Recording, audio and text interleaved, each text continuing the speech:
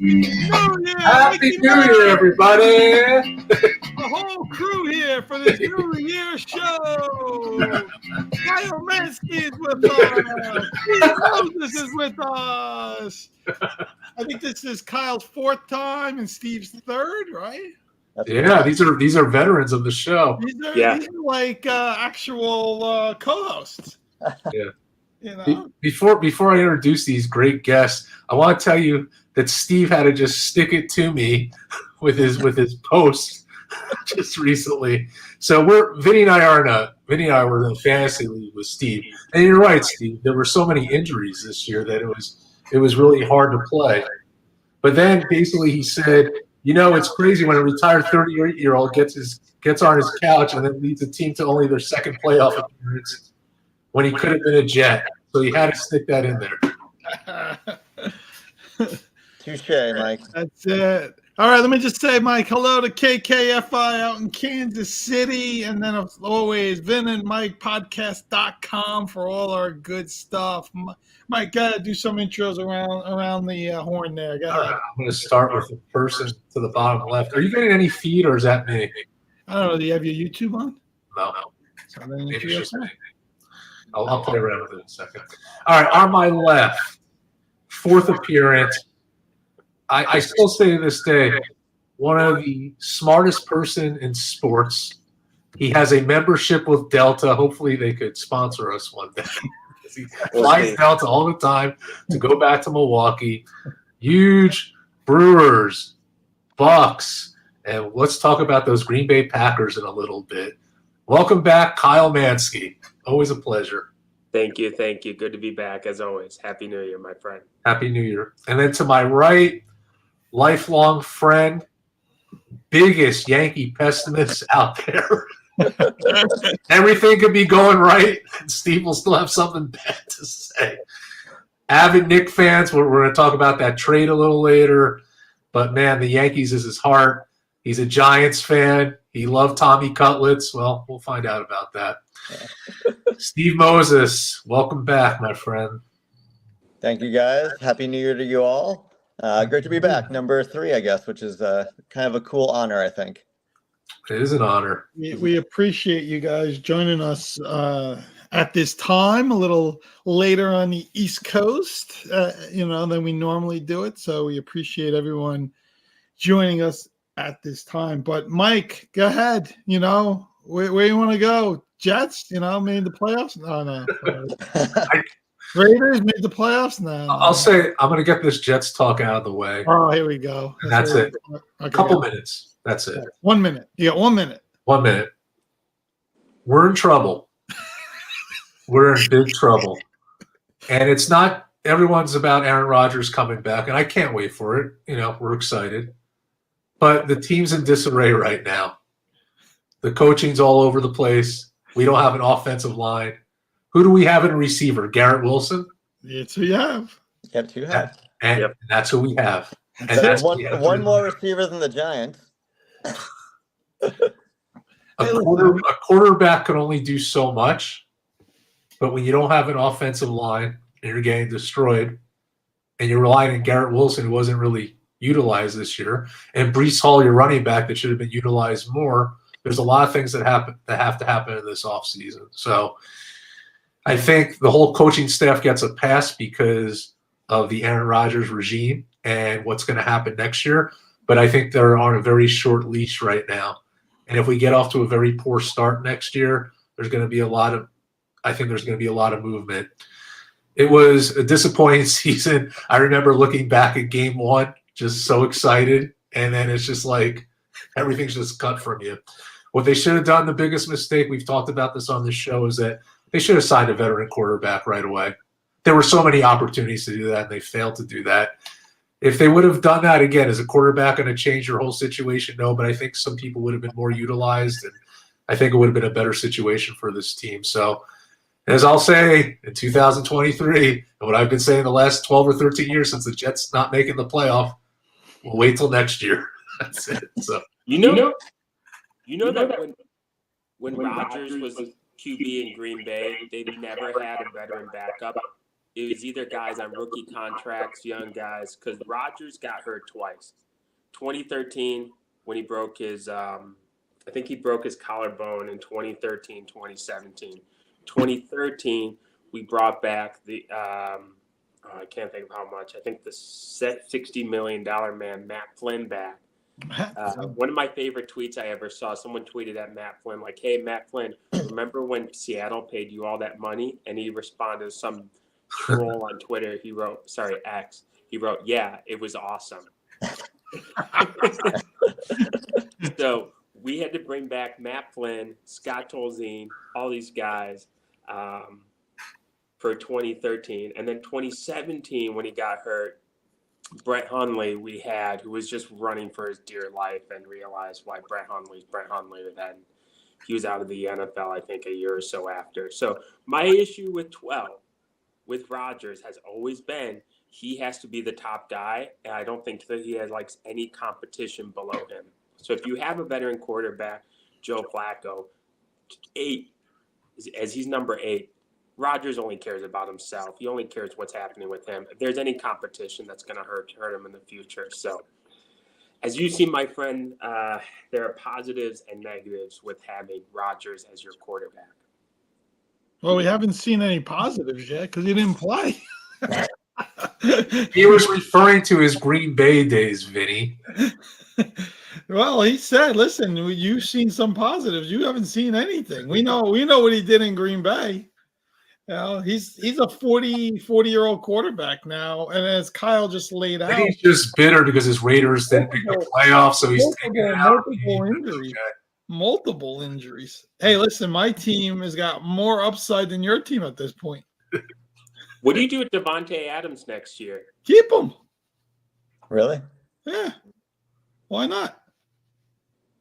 Who's your QB? You got O'Connell? Or, they're not going to keep O'Connell. That's not gonna right. happen. Yeah, that's not going to happen. They're gonna draft like a Jaden Daniels or trade for like a Justin Fields. They're going to get one of those kind of athletic, really good hybrid kind of quarterbacks and try to. And you'll see they'll bring in like a Jim Harbaugh or some big freaking head coach or somebody like that, and they're going to try to jumpstart the team that way. They probably end up trading Adams away. That's probably what they'll end up doing because they're just going to reboot the whole system. Yeah. Vinny, we talked about our football teams.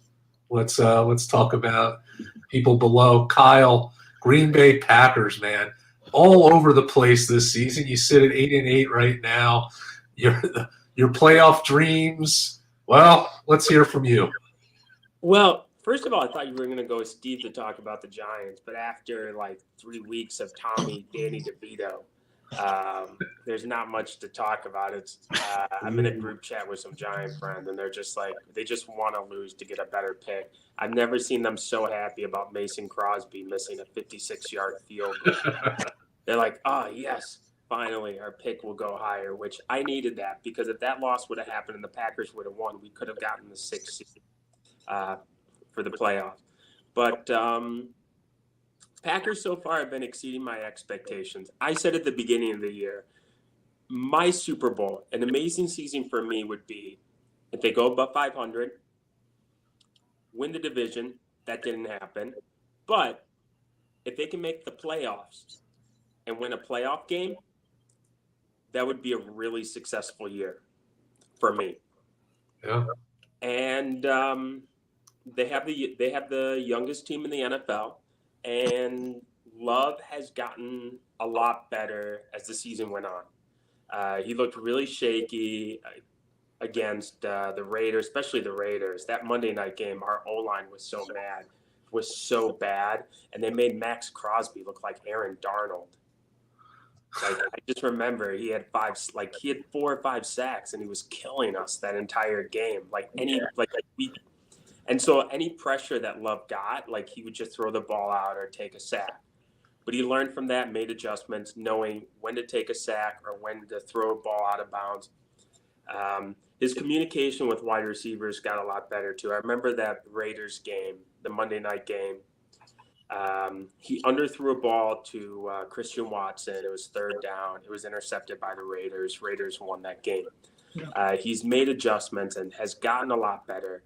And the team has won games that they should have lost. Or they're winning games that they're supposed to. Supposed to beat the Panthers. Supposed to beat the Vikings with a 4th and 5th string quarterback. So I've been really happy and really impressed with how Love has gotten a lot better, how he has played. He's going to get a new contract, and the Packers are going to extend and pay him, which with quarterbacks, you really don't know. Sometimes you want to take what you have and what you know instead of the unknown, and a lot of teams have done that, like the Vikings with Kirk Cousins.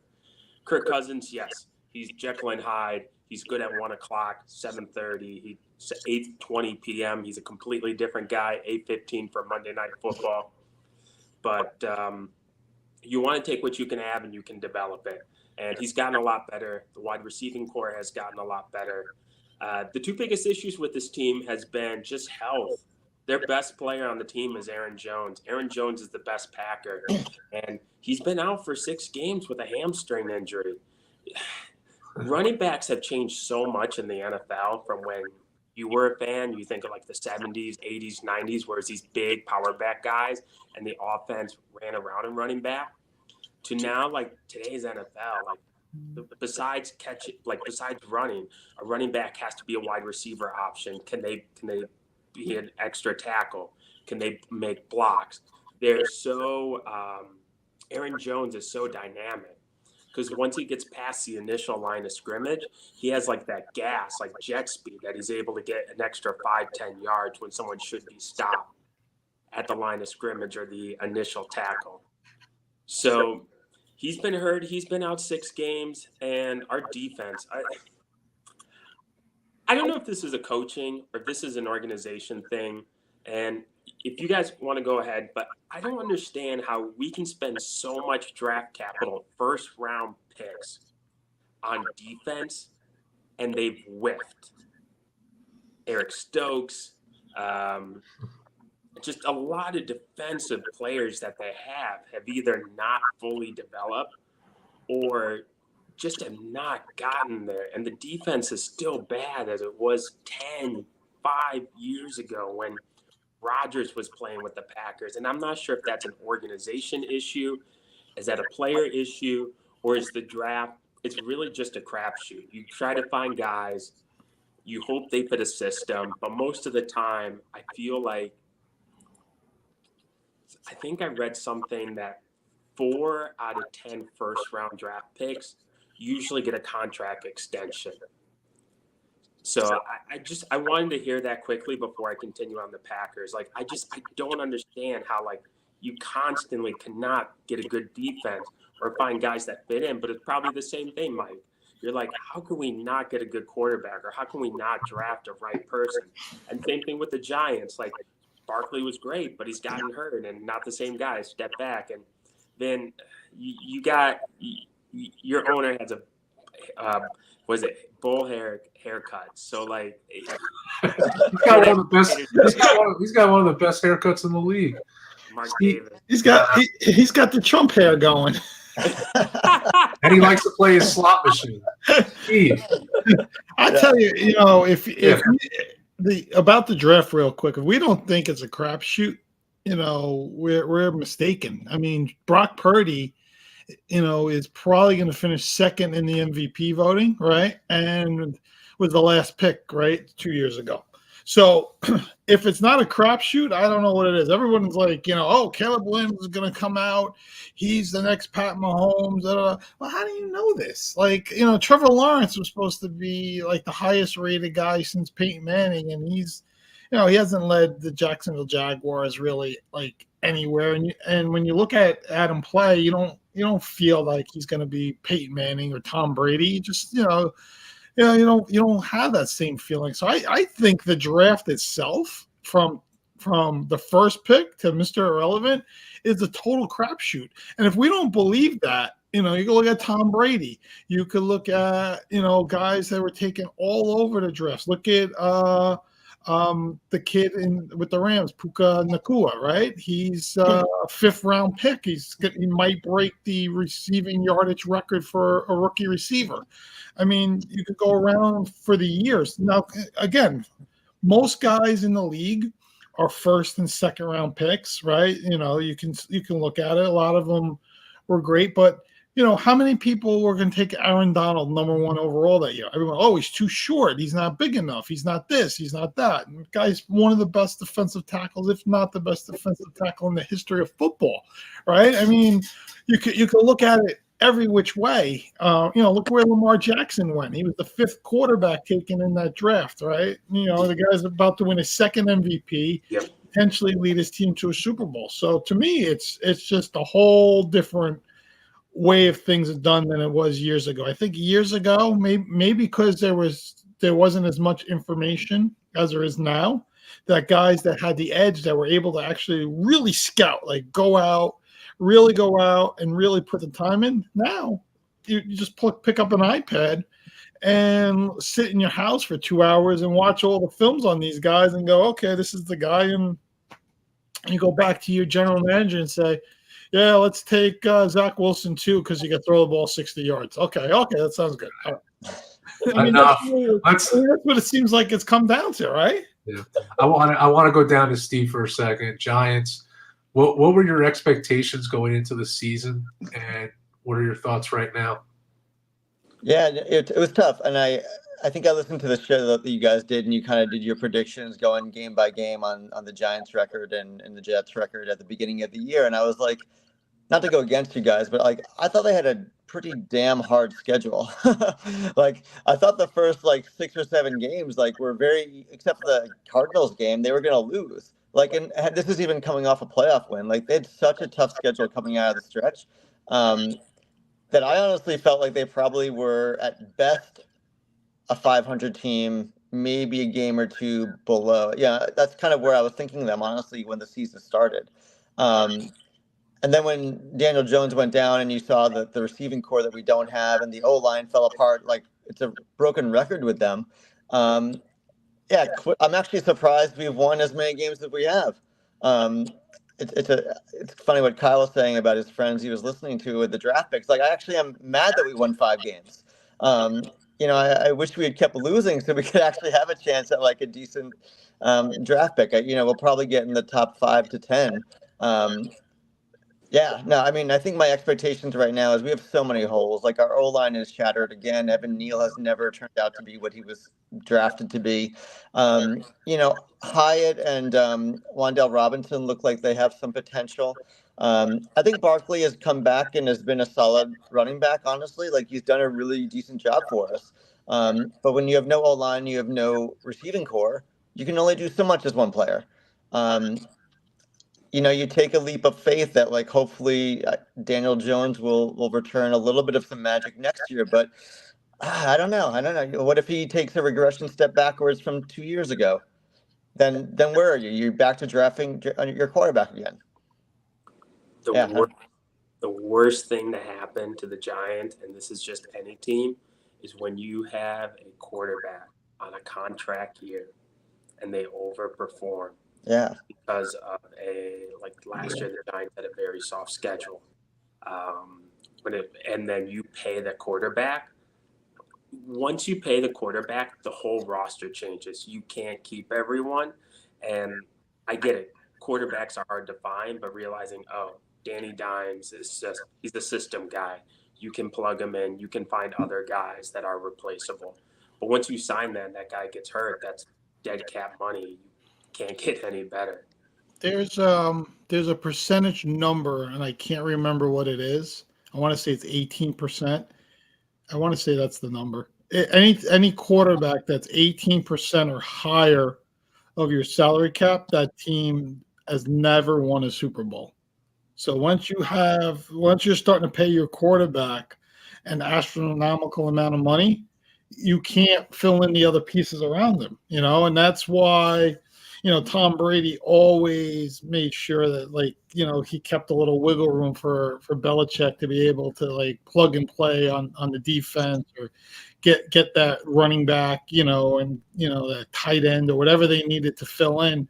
Always left that little bit of wiggle room. So some of these guys that the Justin Herberts of the world, the Joe Burrows of the world, in the $55 million range now, they're well above the cap number, and it's going to be hard to start plugging and playing pieces of the puzzle, right? And that's really what it comes down to. I think with Daniel Jones, not that he's that high of a cap number, but he's high enough where you don't really have an option next year but to play him, right? You can't cut him next year. You can cut him, I think, the following year, but you got to play him. And like Steve says, if he regresses even more than what he regressed a little bit this year, you're in big trouble. I mean, I know that for a fact. Mike knows that for a fact. Kyle's starting to feel a little bit of it, but Love really turned it around. But if you don't have a franchise quarterback, you struggle every single week. Like, you go out there and watch your team, and you just go, oh, geez, again, like, this is what we got to deal with.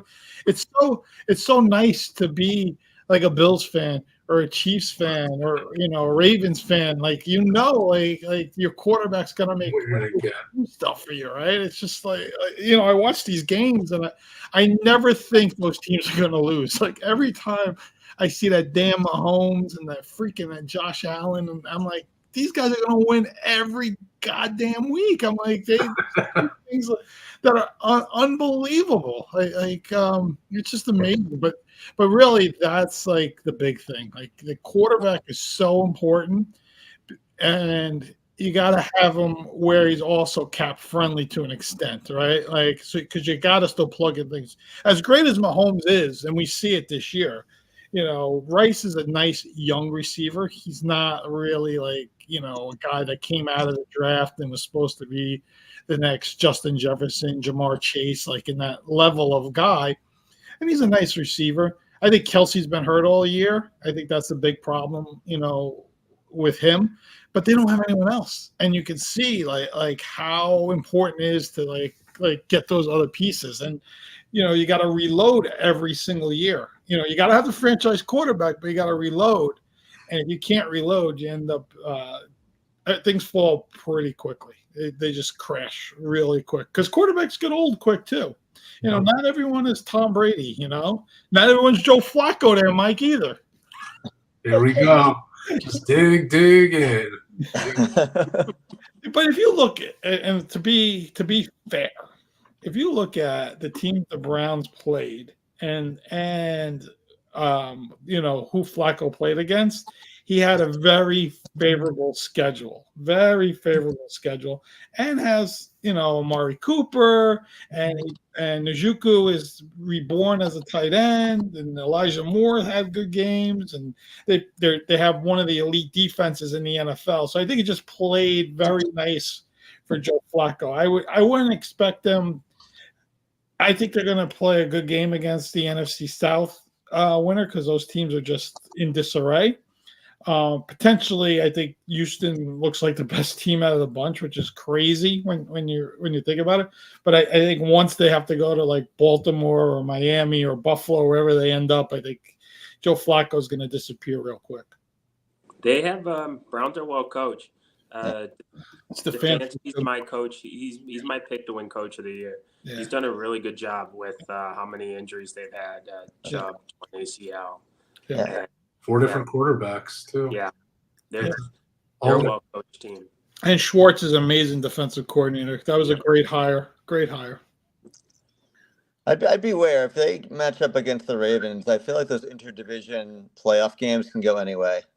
I actually give them a shot against the Ravens in the division round if that's the matchup. Take the points. The only thing I don't like about Cleveland, and me and Mike have felt this pain in our parlays, is their defense doesn't travel on the road. Like they, for some reason, as great as they are, when they hit the road, it's just like, oh man, they end up like giving up backdoor covers and all this stuff. I think me and Mike, where did they go? Seattle that time when we wanted to choke them? Oh my god! No, the Cleveland Brown. We had some good parlays this year, but the ones we lost, were all the Cleveland Browns. I know. They screwed us so many times with I our think it was the Seattle game, right? Didn't they go out to Seattle? Was that the one? I think that was the one. Oh, we would have hit we big. hit like 5 of 6 legs. They were the 6th leg. It was like, oh my God. You're killing us. You're taking away my freaking, I don't know, whatever money that is.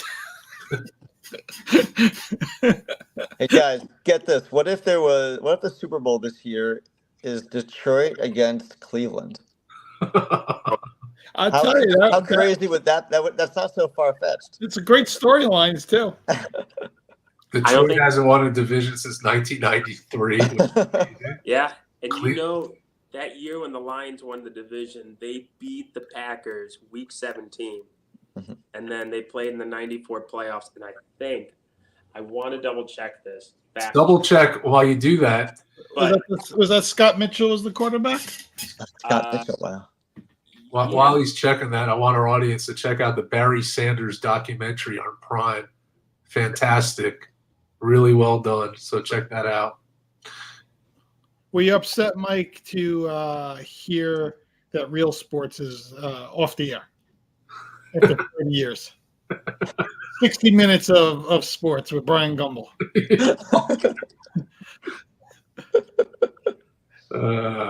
There's a lot of good stories on there over the years. Yeah. I always forget that Brian Gumbel was one of the co-hosts of like the Today Show back in the day. I forgot that he was like Mr. like everything in TV. He used to do Knicks pregame way back in the day. Wow. Yeah, way back. It's amazing. That's an amazing career. Amazing career. That's a guy, amazing career. Yeah. All right, Kyle, what do we got? Anything good? Still looking? I was correct. He was correct. Lions won in 93 for the division, and then we played them for the wild card game, January 8th, 94. Packers 28, Lions 24. Wow. Brett Favre? Mm-hmm. Yeah, that was Favre. I think that was his first. That was his first playoff win. Because 92 was his first year with the Packers. They didn't make it. And in 93, they were a wild card team. And then I don't know why you made me think of this, Kyle. I was thinking about my first Jets playoff game. It was 1991, and they squeaked into the playoffs, and they played the Houston Oilers and Warren Moon, and they got their asses kicked. That was the what was that, run and shoot? The same year the Knicks made it to the playoffs against the Bulls and got swept. It was a really – and what else at 91? The Yankees sucked, but the Giants were Super Bowl champions. Mm-hmm. There you go. We need a New York team to actually win for once. It's been a long time. It's been a tough year. Any sport. Let me ask you something. This is a great – I always ask this. I'm going to ask the panel here.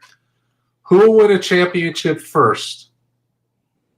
The New York Knicks, the New York Jets. I think that's the Giants, the Rangers. Let's hear who wins first. Knicks, Jets, Giants, or Rangers. The problem is that out of all those teams, unfortunately, the Giants are the most well run. Like, whenever I go to the Garden, I refuse to buy anything there because I do not want to give James Dolan any of my hard-earned money. I refuse to give that. I don't want to pay water. I buy one ticket, and that's it. I was at the Knicks-Bucks game on the 23rd, and, this is what I hate about MSG.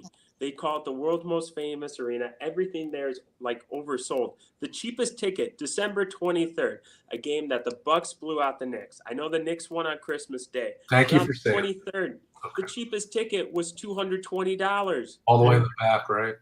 All the way in the 400. Yeah. I paid $350 to sit lower level, and I told the guy I sat next to, I paid $350, and he's like, "That's a good deal."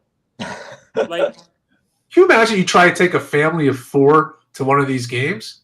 No way. You're spending $3,000. It's so insane. They're spending $3,000. I can only His go mortgage to payment.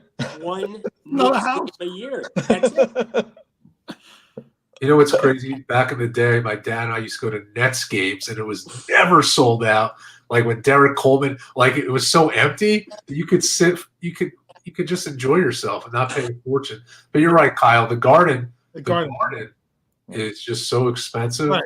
So let me go back to your question real quick, Mike. Yes, let's get back to that. I think the Knicks have like no chance of winning a championship for James forever. Dolan. Never. Until they figure out how to get a third superstar, which we can go into that. The Jets, I don't know. The AFC is so tough right now, and you got all these young quarterbacks. It's going to take them forever to even make an AFC championship. I probably agree with Kyle at this point. I mean, the Rangers are probably the team that should win a championship. I think the Giants probably have the best shot. The NFC is not the strongest area, and I think if they rebuild enough, they can at least be in a championship game in 2 years. Will the Jets win in my lifetime? I don't know. I hope so. Yeah, I mean, I never thought the Bucks would win a championship, and it happened. I got one. You got Giannis. The Jets are going to have to get a Giannis. That's it. Like it just has to fall into your hands. Yeah, you have to get like that superstar quarterback who and you got to hope Mahomes and Josh Allen are old. Just talk about the Bucks for a second. You know who I've been so impressed with is Lopez. That transformation that he's made to the Bucks, he is fantastic. Like he's been such a good addition for that team. They have so much depth. And speaking with the Knicks, because I know Vinny hates the trade, and we'll talk about that in a second, but he does have a point in that if you're going to compete against the Bucks and the Celtics, you really got to get that third superstar. I understand where they went though with Anunoby because he brings defensive prowess, and you weren't going to necessarily get a Donovan Mitchell right now. December trades are very rare in the NBA. The Knicks are doing something to really build up their capital. There was a lot of redundancy with RJ Barrett and quickly, so you got rid of that and got a good defensive player. They beat the Timberwolves yesterday. I know it's only one game, one of the best teams in the West. But we're a fun team to watch, but I could not wait till we get that player to complement Brunson and have 2 A players, but we'll see. So they're going to have to trade. They're going to have to trade Julius Randle, right? Yes. But who's going to? Who else are you going to trade? And then you got to figure out where you're going to get back. I don't know. Everybody's like, they won last night with Anunoby and all this. I'm not bragging about it, but it was nice that they won. They scored 35 points. The guy fouled out. Come on, enough already. It's one game. I prefaced that it's just one game. Julius Randle was the reason they won last night. The problem is, again, besides James Dolan, Dolan, you guys are never going to win. As long as Dolan is alive, you're never going to. I'll just say it right here. Like, he's just too much hands, and, like, people know superstars won't come because of Dolan. Like, I just felt like when KD and Kyrie were available and the Knicks were like, oh, we're the Knicks, he's like, I don't care. I'm going to go to the Nets and get paid for it. The best pulled it right up our butt. That's what anyway. Kyle's right. What James Dolan did to Charles Oakley was disgraceful. And then the other thing is the best is Patrick Ewing walks in the Garden.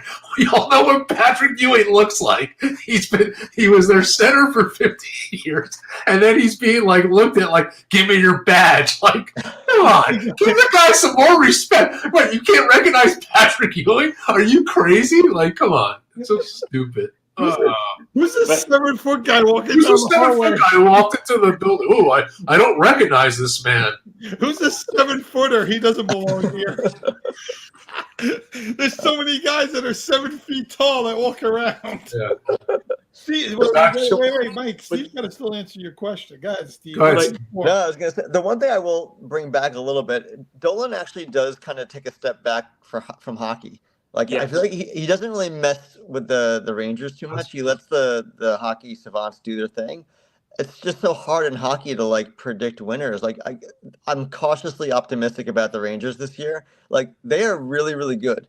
They're solid offensively, defensively. Shesterkin is like not played up to his par, and they're still like one of the best teams in the league.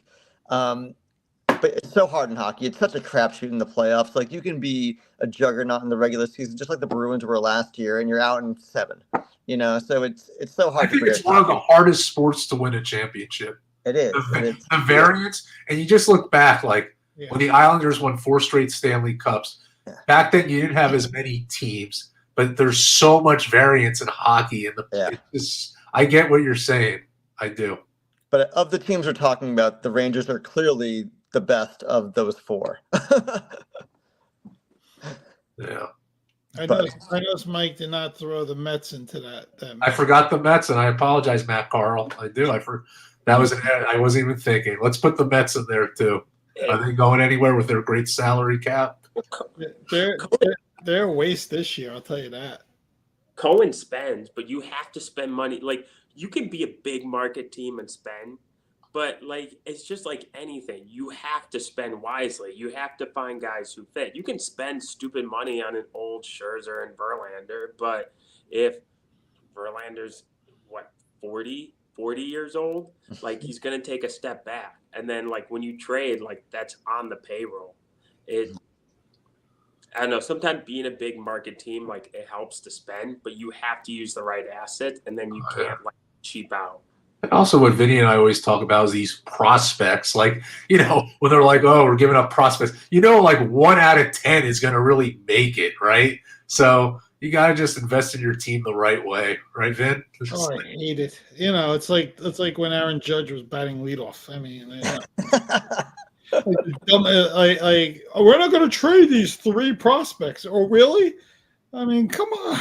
Half these guys don't even make the majors, and then when they do, they're not even that great. Like look at the Mookie Betts trade, right? The Dodgers traded Verdugo, who's now a Yankee, and Jeter Downs. And Jeter Downs was a Yankee. He's a Yankee. Like 2 of the 3 guys that they traded aren't even on the Red Sox, and the third guy, I forget who. He's not even there, right? I mean. We gave up our 3 top prospects for Mookie Betts. Well, who did it work out for? It definitely worked out for the Dodgers. Yeah. I mean, that's why I get nuts with all this stuff. Like the Luis Castillo. Me and Steve talked about this. Like the Yankees had that shot of getting Castillo. We could have, would we have traded Volpe back then? And these other guys. I don't know. It just drives me crazy. The whole thing just drives me nuts. The proven commodity. Who the major leaguers are. These are the guys that are playing.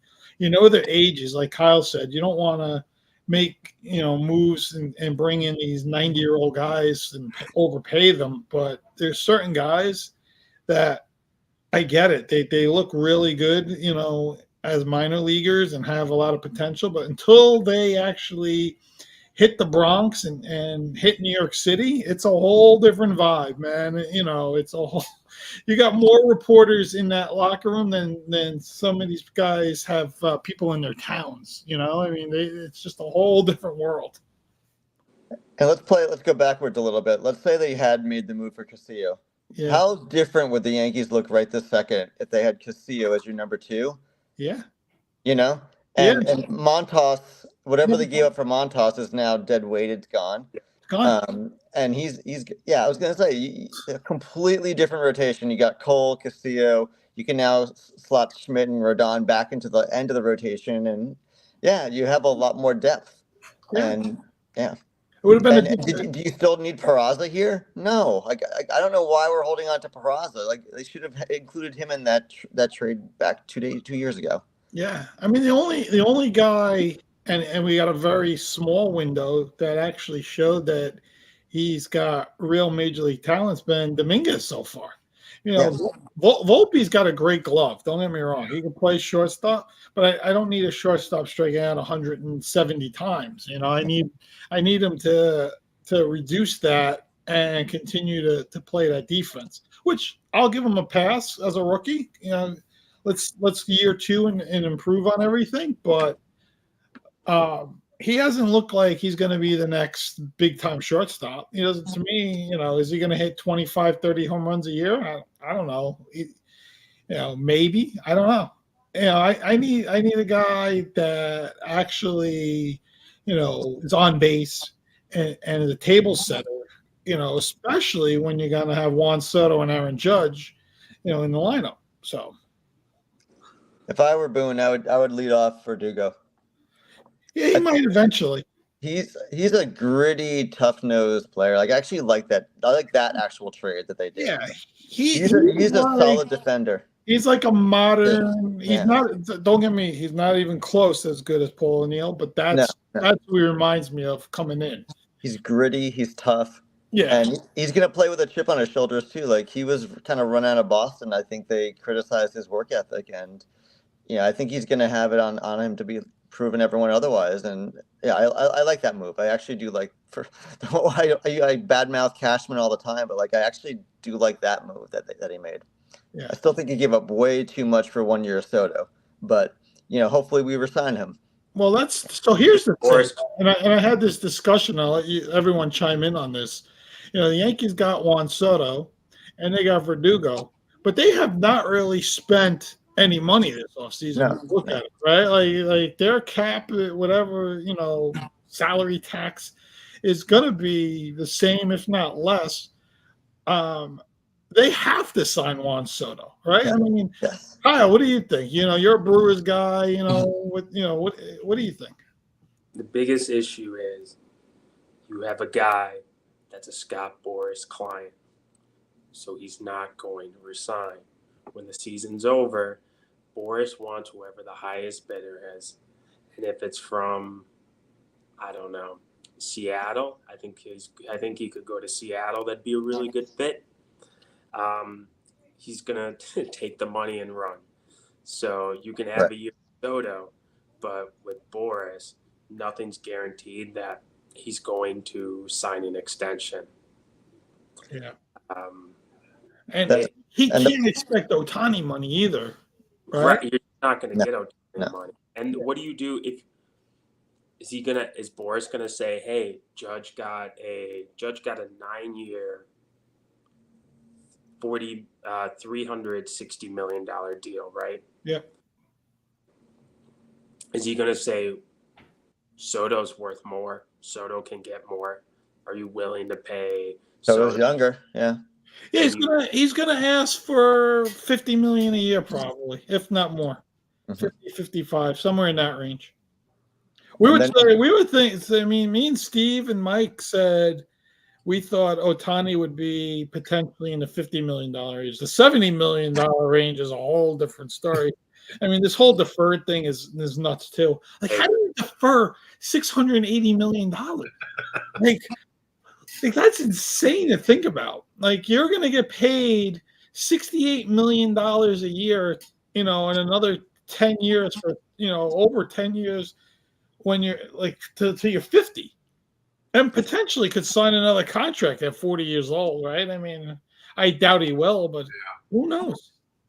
So I don't take credit for this, but I was talking to one of my friends this weekend who is an economist.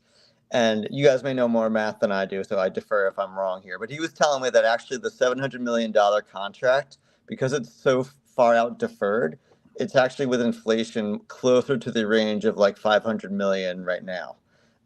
Just because it's so, Yeah.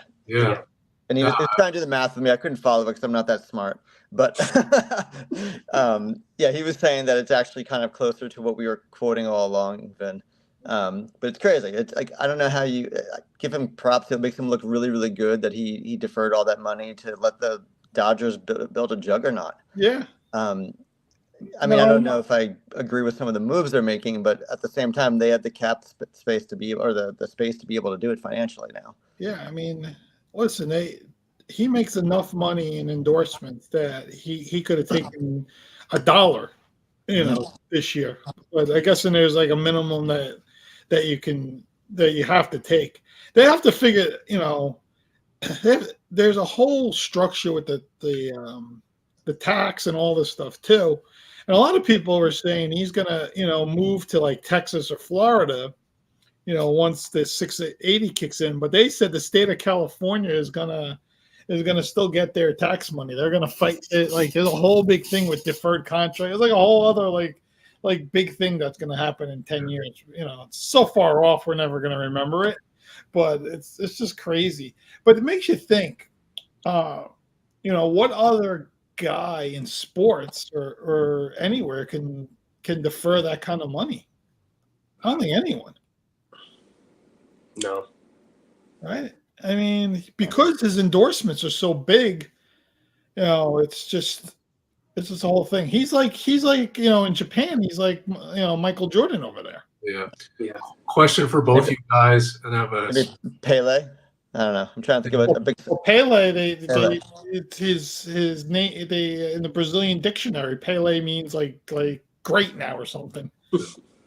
Yeah, but he's probably in that realm, that echelon of greatness. Yeah. I was going to say, do the Dodgers win more than 105 games this year? Yes or no? More than 105? Yep. That's so hard. That's over under? Not as currently constructed. What's their I over want to see. under? They need. I heard it was 105. They're over under? Yeah. I can't see that. Yeah, no, not as I'm currently. totally off base. Otani's not pitching. Yeah. That's a big thing. And Glasnow's going to give you 100 innings max, maybe 120. What do you think their over under is? Probably 100 then? I would think like 98, 99. Okay, so it's not 100. I see 92 and a half. Okay, then I'm way off. Yeah. Why did I think it was so high? Maybe it was originally quoted as. Maybe that's the amount of games they. No, they didn't win that many games last year, did they? Maybe I was just off. I don't know. They still have bullpen issues. They have no set closer. The lineup's solid, obviously. No. Their pitching they've got some young pitchers who are not yet trustworthy. Buehler's coming back from his surgery. I don't know how good Glasnow's going to be now. Yeah. Stay healthy. You paid a lot of money for a guy who can't stay healthy. Right. I don't know how good this Yamamoto guy is either. That's the other thing. All these Japanese pitchers, they look phenomenal in Japan, but they don't really translate, here. And then when they do start translating here, they end up getting hurt. Yeah. Look at Daisuke Matsuzaki. Yeah. He had a great year, and then that was it. Even Otani's been great, but he's had 2 Tommy Johns. Yeah. I think we got to. He could be Kagawa. What was it? Arabu, yeah. Yeah. Oh, this guy's throwing 99 miles an hour. He comes here on the gun, 92. I'm like, who the hell was watching? That's again. This was probably before iPads. What scout was scouting him and had their freaking gun that said 99?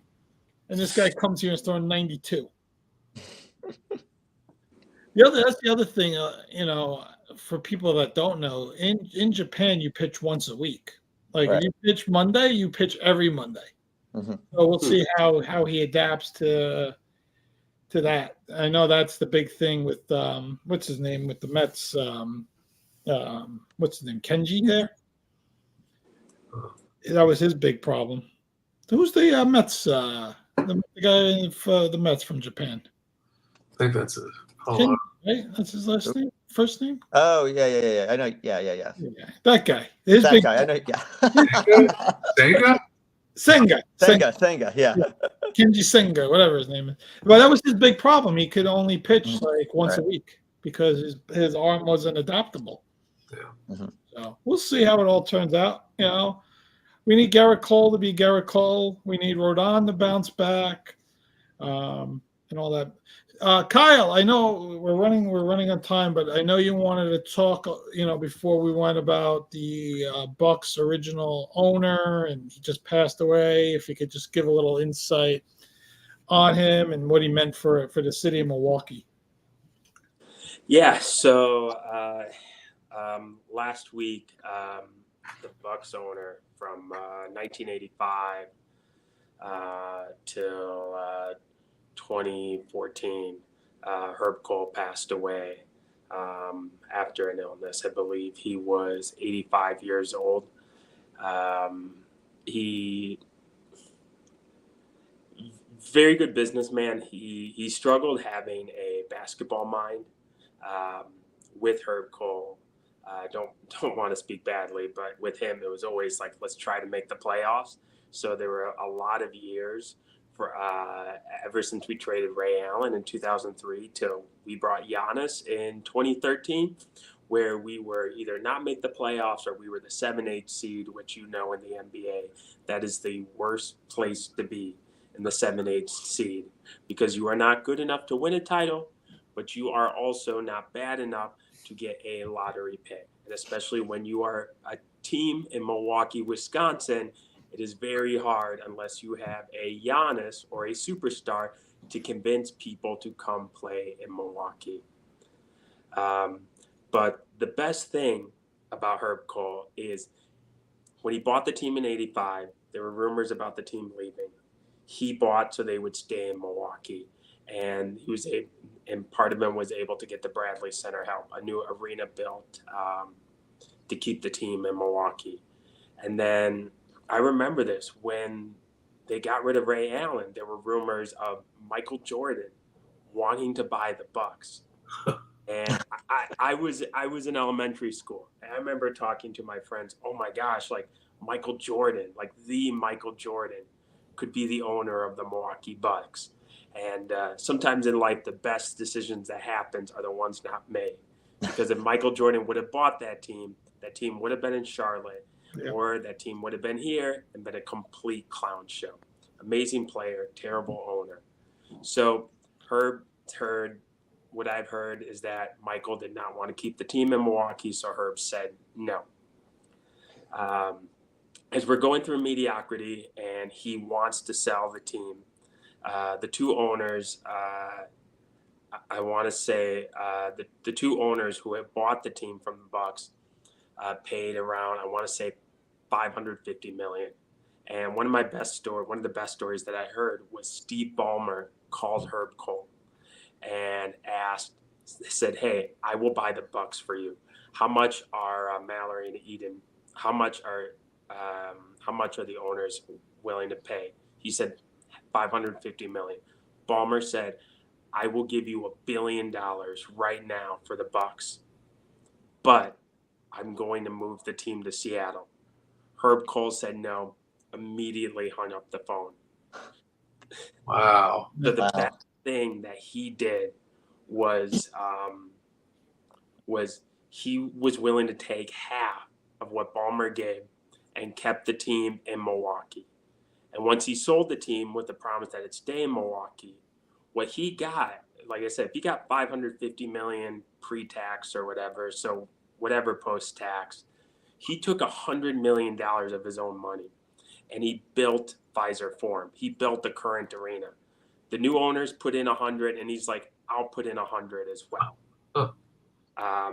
Herb was such a staple to the community. There was a restaurant near where my parents grew up, Heinemann's. He would go there every Sunday, and he was such a nice guy. Like, he saw him, he knew you by first name. He would give you an autograph, photo. I remember seeing him like, "Mr. Cole, like, thank you so much for keeping the Bucks here." And he was a big part of the Milwaukee community and the philanthropist, giving so much back to the city of Milwaukee. And just as an owner, he knew you by first name, willing to talk to you. I remember, and then he was also a U.S. Senator. He was a senator for the state of Wisconsin. And I won a scholarship in high school. That was the Wisconsin representative. And I remember going out there, and Herb wasn't in D.C. that week, but he told people I was a huge Bucks fan. So they were so nice that when I came to visit his office, I had like a Bucks mouse pad and a Bucks hat and a T-shirt. They're like, "Hey, he couldn't make it, but he heard he's a huge Bucks fan. Here's some Bucks swag for you." So sports always comes tone at the top. And it's great when you have an owner that's willing to commit and win. And as much as I complain about being the 8 and 9 seed for those years, I really can't, because the championship, Giannis, all that current success is all because of Herb Cole, his commitment to keep the team in Milwaukee and to show the NBA, hey, small markets can be successful in sports. So thanks for letting me speak and talk about our owner, Herb Cole. Yeah, no, we appreciate that. That was a great story. I didn't know a lot of that information. The Steve Ballmer thing's amazing, and then I guess then he just said, "Okay, I'll pay $2 billion for the Clippers instead." One quick story I wanted to add about Herb Cole. For a couple of people I knew that used to work at the Bradley Center and then worked at Pfizer Securities, he was very generous. When he sold the Bucks, he gave all the employees from the Bucks, like admin, front office, high up, to people who did security at the Bradley Center and now Pfizer, for the lower ushers. He gave a generous gift, some really big, and then some as small as $500 to everyone as a thank you for sticking with the team. That's awesome. That's awesome. It's a good story. Thanks for sharing that, Kyle. Mike, You'll let me know when James Dillon does that. you're gonna sell the team. Wait, is that Patrick Ewing? Is that Patrick? You got $10 billion. I'll give you the team right now.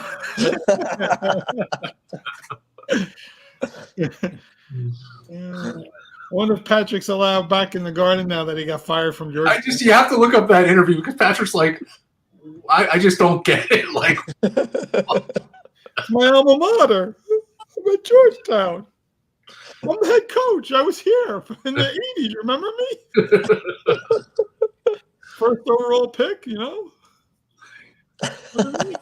I was the guy here in 94. That guy.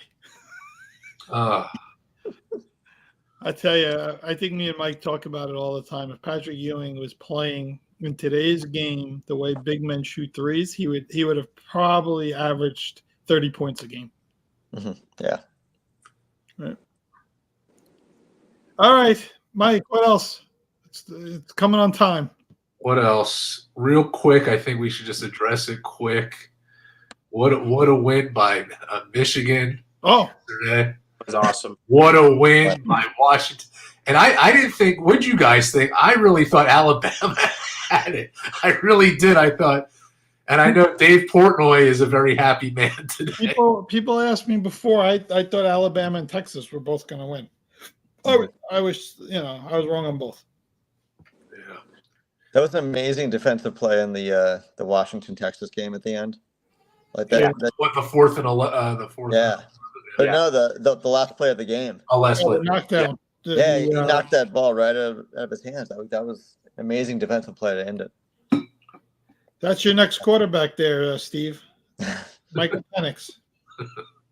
Did he throw for for over 400 yards? I mean, amazing. I'll be surprised if he's one of the top quarterbacks, only because of his injury history.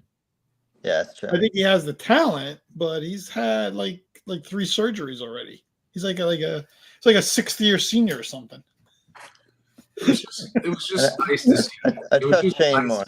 It was nice to see 2 great games yesterday. Yeah.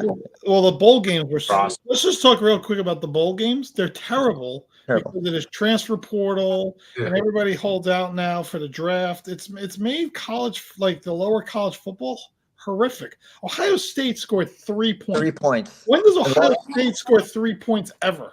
I mean, come on. When you and I are playing for them, that's Florida State, the entire team transferred or went into the draft. They let up 63 points. Kirby Smart was aggravated that his team won. He's like, this is just not competitive. We can't have this happen. I don't know how they fix it. This whole transfer portal, they got to do something else. Well, I think the new playoff format will help. Yeah, because guys will stay around and be part of it. Definitely. Right. We're going to have, you have what, 80, 82, 83 teams, 84, whatever it is now. I mean, the other 70 teams are going to have all these bad bowl games again. I mean, I think hopefully the playoff format will change it. Alternatively, they have to just say, the only teams that can actually play in the championship are the SEC and Big Ten schools. Eventually only going to have 2 conferences. It's going to be Conference A and Conference B. Yeah. I don't like that. No. I know. But it's, I don't know. College football has become very crazy. Like guys The only good thing is guys are going to play 3-4 years now because they're making more money with these nil deals and staying in college than going to the NFL. Yep. Now they're signing these nil deals where it carries over into the NFL. So, if when they're done with college, they're still, still got their deal now on the pro level. Yeah. Multi-millionaires at 18 years old. Woohoo! And they can blow out their Achilles and sit on the sidelines with Aaron Rodgers. That's it. See, another dig. Let's keep them coming. Hey, Kirk Cousins did it. Kyle, who do you like better right now, Baltimore or San Francisco? San Francisco. San Fran. Steve? I'd go San Fran, but as long as McCaffrey's healthy. He's sitting out this week. He's taking care of his calf. Mike, who you like? It was interesting. I mean, I like Baltimore, but after Steve said about the potential Cleveland Ravens thing, you never know. You never know what's going to happen. Nervous. He scared you. Maybe a little nervous there. Yeah. What about the potential Rams 49ers matchup? Yeah, sure. Good luck. Matt Stafford. Yeah. I'm leaning slightly Baltimore just because I like the way their defense played against Brock Purdy. I like the way, the things that they did. I would expect a lot of adjustments if that's the Super Bowl. They've got one. Oh, sorry, go on. I would think Buffalo or Miami, whoever wins that division, is going to be a tough out anyway. Yeah. I'll say one more thing. For those counting Kansas City out because they've kind of had a mediocre year, you can't count out Patrick Mahomes and Andy Reid. The playoffs, you could totally go to a new level. So just wait, you'll see. Well, my other prediction is, man, how the hell did the Eagles lose to the Cardinals? I mean, that was pathetic. And then Dallas, to me, if Dallas had a road game in the playoffs, they'd be screwed, and they may be lucky now that they get a home game. So we'll see. I don't know. The momentum may shift. That's why the NFL is so crazy. Imagine that you're in a huge suicide pool, like a huge. I was thinking about that. And you kept Philadelphia, and you had them for that game, and you're like, all right, I've got my Philadelphia. And you freaking get knocked out of your $500,000 suicide pool. Yeah, be sick. So that's that. I know we have a couple minutes, so just on a program note, want to thank these two again. Kyle's 4th appearance, Steve's 3rd appearance. As we hit 2024 on this program, we're going to mark our 2-year anniversary very shortly, I think in the next couple of weeks. We started this show with the playoffs a couple years ago when you had one of the best games ever in Buffalo and Kansas City, which I'll never forget. Yeah. We got to cover that. So that's how we started this show, covering those playoffs. It's guests like this and just our other guests that have been on. Just we look forward to this every week. And in about, I think, 2 to 3 weeks, we'll have a special announcement about our 100th episode. And the only thing I'll say right now is that we're doing it live somewhere. And we will disclose that information next 2 to 3 weeks, which we're really excited about. Yeah, we're working on the details, all the nitty gritty stuff. So, but it'll be fun. Maybe we'll get Steve to come up north for it. Oh, I think he might do it. I think he would. We have to give him a date ahead. You have to give him way notice. Yeah. You guys got to get a ball drop going. We'll hire a super nanny for you. You do that, I'm there. All right, guys. We appreciate you. Thank you for coming on and spending time with us. 2024. As Mike said, we're coming up on 2 years. I looked at some of the episodes that we did recently. I said to Mike, man, that was in 2022. I'm like, I feel like it was yesterday, some of these shows. It's like crazy how time has flown. But, it's guys like you that participate as guests, and then you listen to the show and give us feedback. We appreciate everything. So thank you. Thank to all our listeners and everybody. Have a great night. Good night, y'all. Good Thank night. you. Happy New Year. Thank you guys for having us. Happy and healthy New Year.